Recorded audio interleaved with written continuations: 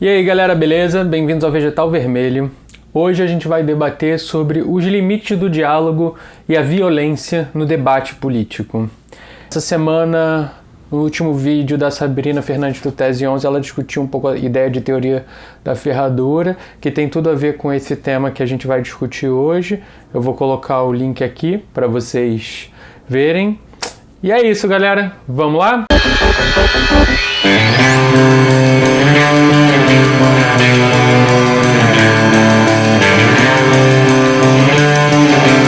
A ideia de diálogo presume que, então, eu vou passar uma mensagem para você, para que a gente consiga se compreender, e na medida que a gente consiga se compreender, a gente consiga trocar uma mensagem, né? O diálogo, ele presume sempre a passagem de uma mensagem de um emissor para um receptor. E para que essa mensagem seja compreendida, é preciso que haja um terceiro termo. O que é esse terceiro termo? É algo que há de comum para além da própria linguagem que está sendo passado. Eu falo a cadeira, a minha palavra ela se direciona para uma cadeira, e aí você escuta a palavra cadeira e essa palavra que você escutou te direciona de volta para essa mesma cadeira. Então a gente está falando da mesma coisa. É o mesmo que está em jogo ali. Se eu falar, eu sou um ser humano, e um povo do Alto Amazonas, um povo ameríndio, certo? Eu sou um humano na própria língua deles, então nós dois estaremos falando a mesma coisa, nós dois estamos falando sobre o fato de nós sermos humanos. Mas será que, de fato, a gente está falando da mesma coisa? Sobre o exemplo da cadeira, eu vou falar para vocês irem lá no vídeo que eu fiz há umas semanas atrás, o que é uma estrutura, que eu vou colocar em xeque como se organiza a língua, e aí vai ficar mais claro como, eventualmente, a gente não está falando da mesma cadeira, dependendo da língua e do local histórico, da perspectiva que você está. Mas sobre esse exemplo do humano, será que a gente está falando a mesma coisa? Quando um povo do Alto Amazonas nativo, por exemplo, fala que eu sou humano, o conceito de humano que está em jogo ali é muito diferente do conceito ocidental que é o nosso de humano. Eventualmente, uma onça, dependendo da posição, dependendo da perspectiva, ela pode ser um humano também, e um outro ser humano da espécie humana, como ocidentalmente a gente compreende, ele pode não ser humano. A ideia de humanidade ela não é exatamente homogênea, partilhada entre os Homo sapiens. É uma perspectiva distinta que se instaura. Então, será que é de fato da mesma coisa que a gente está falando? E quais são as implicações dessa oposição entre humano e não humano que o nosso mundo ocidental organiza distinta dessa concepção que eu estou trazendo aqui? Quem discute esse tipo de coisa é o Eduardo Viveiros de Castro, é o Lévi-Strauss também. Eu vou colocar aqui a referência do artigo no qual ele vai discutir essa questão, o perspectivismo ameríndio. Esse exemplo serve para dizer que às vezes a gente não está falando da mesma coisa. Essa perspectiva distinta funda uma visão de mundo que funda a realidade, mais do que isso, que pode gerar um conflito de perspectiva radical que impossibilita o próprio diálogo.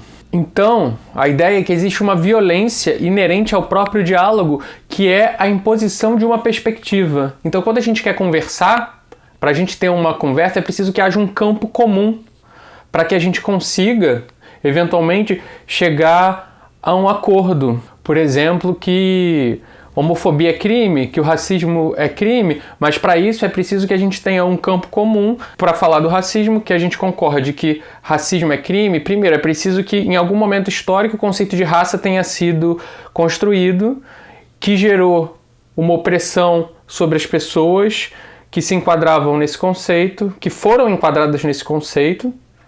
Então existiu algo que foi construído, que foi o racismo. A gente combate isso, a gente discorda dessa perspectiva e a gente se engaja então numa luta antirracista e diz que não aceitamos falas racistas. Vocês entenderam a história dessa inscrição? Para que seja possível afirmar isso, então é preciso que a gente esteja nesse campo, no interior de um espaço em que não existe o conceito de raça e que a sociedade se organiza de outra forma. Não faz nem sequer sentido colocar essa questão. Essa questão só se coloca na medida em que há uma luta e que a gente partilha desse campo comum, e mais do que isso, então, a gente luta para que esse campo comum seja modificado. Então, tem sempre uma violência inerente à própria política. Então a gente vai falar da luta de classes, a gente vai falar da luta antirracista, a gente vai falar da luta contra o patriarcado, a gente vai falar da luta antiespecista. Tudo isso é uma luta que propõe embates de perspectivas, que coloca conflitos em jogo. E você pautar a política pelo diálogo, nesse sentido de encontrar consenso, isso impede a própria política, que é o colocar forças em combate, em conflito, para que alguma coisa se produza. Esse conflito é a política, esse embate é a política. E esse embate ele sempre vem com violência, seja ela simbólica, seja ela factual. É só a gente olhar para a história. E quando a gente quer mascarar essa violência simbólica ou factual, que é inerente à própria política e que, na verdade, ela é inerente para as próprias pessoas que demandam um diálogo, porque quem demanda esse diálogo, esse consenso, e essa conversa, essa comunicação, ela demanda o quê? Ela demanda que as coisas continuem mais ou menos como estão. E para que as coisas continuem mais ou menos como estão, tem muita violência. O menino João Pedro foi assassinado agora essa semana. A chacina nas favelas, as chacinas. É toda uma série de violências sustentada pelo próprio Estado para que as coisas continuem dessa forma. E quando a gente propõe uma mudança radical, radical vem de raiz, a gente é acusado de não quer diálogo, não quer conversar. Não quer diálogo porque existe uma perspectiva completamente distinta de mundo em jogo aí. Alguém que se coloca de uma perspectiva de uma esquerda radical, que é uma mudança de mundo, que é uma mudança do modo de produção, o modo de produção que está destruindo o planeta, o meio ambiente, e que percebe que não há conciliação possível, que a conciliação só vai servir para a reprodução de algo que já está dado, de um campo comum, o qual a gente não quer partilhar.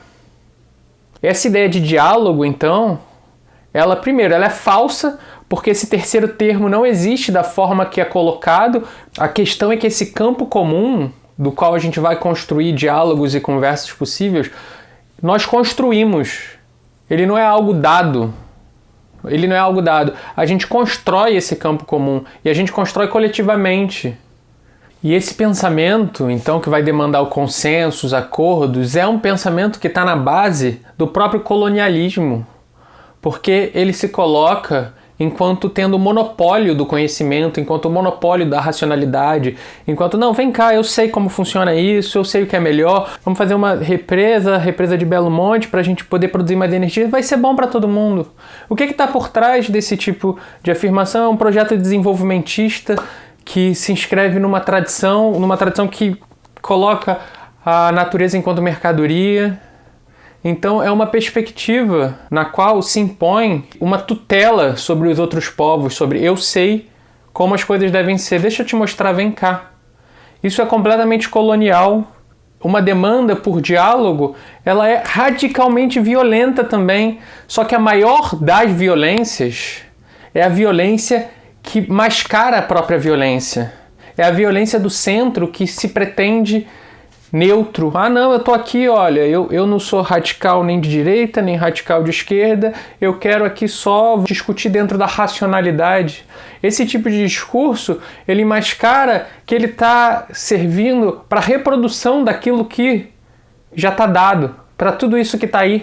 O nosso governo atual, ele serve para manutenção do que está dado. Não é para mudar nada. Não é para mudar nada. Nada que está em jogo.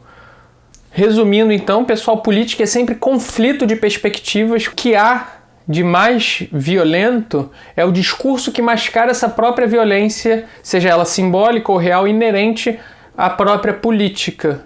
É só a gente olhar para a história que a gente vai ver o que fez com que nós chegássemos até aqui. A quantidade de revoluções, de lutas, de batalhas, sejam elas físicas, sejam elas conceituais, a quantidade de pessoas mortas, enforcadas por defender ideias distintas do que era o senso comum, do que era o que está dado.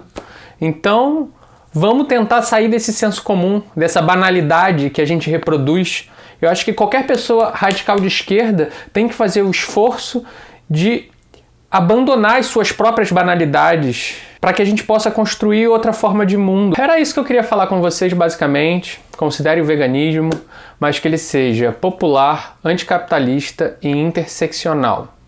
Valeu, galera. Se inscreve no canal, se você veio até aqui, compartilha, me ajuda a crescer. Valeu, um abraço.